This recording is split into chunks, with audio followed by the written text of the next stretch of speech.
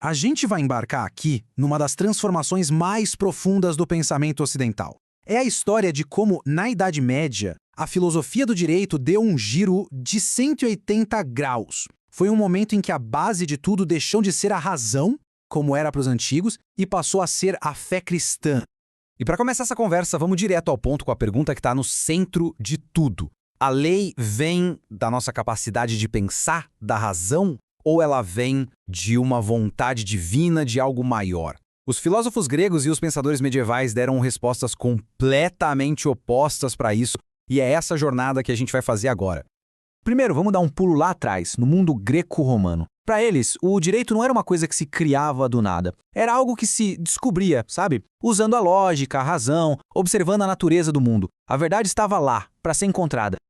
Olha, e essa frase do Cícero, que foi um jurista romano genial, pega a ideia perfeitamente. Ele dizia que existia uma única lei universal, baseada na razão, que valia para todo mundo em qualquer lugar. Essa tal reta razão era o que conectava a gente, a humanidade, com o universo inteiro. E aqui que o jogo vira completamente. O cristianismo chega e introduz uma ruptura fundamental. De repente, o foco sai do mundo de fora, da natureza, e vai para o mundo de dentro, para a alma. A busca pela verdade muda de figura, deixa de ser um exercício de lógica e vira um ato de fé. É importante entender que o cristianismo não fez só um ajuste no sistema antigo. Não mesmo. Ele propôs uma fonte totalmente nova para a verdade, para a lei, para a justiça, a revelação divina. E isso, claro, balançou as estruturas do pensamento filosófico e jurídico da época. Com essa nova visão, surgiram princípios que mudaram as regras do jogo. A verdade agora é absoluta, vem de Deus, e a gente aceita pela fé. A filosofia? Bom, ela continua existindo, mas agora ela joga no time da religião, servindo de apoio para a verdade revelada, sempre dentro dos limites que a fé estabelece. Nesse cenário todo, surge uma figura absolutamente central, Santo Agostinho. Ele foi um dos primeiros gigantes a construir uma filosofia jurídica cristã de verdade super completa, pegando muita inspiração em Platão, mas, claro, adaptando tudo para a nova doutrina da fé. Para Agostinho, as nossas instituições aqui na Terra, incluindo o direito, eram todas meio falhas, sabe? Marcadas pelo pecado original.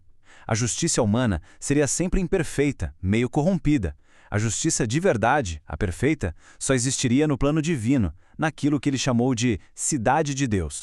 Então, olha só o ponto crucial do pensamento dele. Uma lei criada pelos homens que vai contra a lei de Deus não é lei de verdade. É, na verdade, uma corrupção da lei. O direito só é válido, só é legítimo se ele for justo. E a justiça, para Agostinho, vem direto da vontade de Deus. A consequência lógica disso tudo é bem direta. No sistema de Agostinho, o poder dos reis, o poder secular, só se justifica se ele estiver servindo aos propósitos de Deus, com a Igreja, claro, guiando o caminho como uma grande intérprete da vontade divina. O objetivo final do Estado é ajudar a manter a paz na Terra.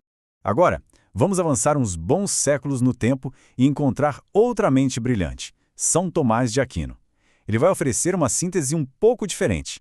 A missão dele era harmonizar a fé e a razão, em vez de simplesmente colocar uma acima da outra. E aqui está o grande contraste com Agostinho. Tomás de Aquino, que era muito fã de Aristóteles, acreditava que a razão humana era um presente de Deus, uma ferramenta poderosa para a gente entender o mundo. Para ele, filosofia e teologia não eram inimigas. Pelo contrário, eram parceiras que, juntas, levariam à sabedoria. E essa estrutura de 4 níveis que ele criou mostra bem essa visão de mundo organizada. É como se ele tivesse construído uma escada que vai lá da mente de Deus e desce até a nossa sociedade, conectando cada degrau de um jeito super lógico. Então vamos lá, vamos dar uma olhada mais de perto em cada um desses degraus, em cada nível de lei para entender como funciona o sistema de Tomás de Aquino. No topo de tudo, mas tudo mesmo, está a lei eterna. Pensa nela como se fosse o grande projeto divino para todo o universo, a razão de Deus governando o cosmos. É tão grandiosa que a gente só consegue conhecer um pedacinho dela. Descendo o degrau, a gente tem a lei divina. Essa é a parte da lei eterna que Deus resolveu contar pra gente, sabe? Através das escrituras, como os 10 mandamentos. É um guia direto para a nossa salvação que a gente acessa pela fé. E aqui, gente, está o grande pulo do gato de Tomás de Aquino, a lei natural. Ele diz que a nossa razão consegue participar da lei eterna, ou seja, qualquer pessoa usando a própria inteligência consegue sacar os princípios morais básicos, como a ideia de que se deve fazer o bem e evitar o mal. Não precisa de fé para isso, só de razão. E, finalmente, lá na base da escada, a gente tem a lei humana. São as nossas leis do dia a dia, tipo leis de trânsito, contratos. Elas são a nossa tentativa de aplicar aqueles princípios maiores da lei natural para organizar a sociedade e buscar o bem de todo mundo. Certo. Então, qual é a grande lição que a gente pode tirar dessas duas figuras monumentais do pensamento medieval? O que fica são duas visões de justiça diferentes, mas que foram e ainda são profundamente influentes. Esse quadro aqui resume bem as diferenças. De um lado, Agostinho, com um mundo onde a fé domina e o Estado é um servo da Igreja.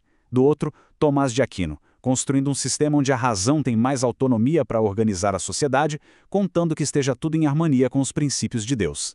E essa discussão toda está longe de ser só uma curiosidade histórica.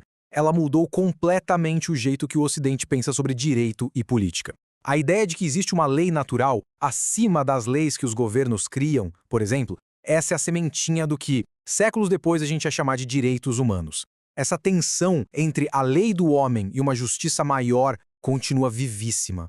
E para fechar, fica essa reflexão. Hoje em dia, quando a gente fala em direitos humanos universais, ou quando alguém diz que uma certa lei é injusta na sua essência, será que não estamos, lá no fundo, ecoando esse debate medieval? A busca por uma lei que esteja acima das leis dos governantes parece que continua sendo uma das questões mais centrais da nossa própria ideia de justiça.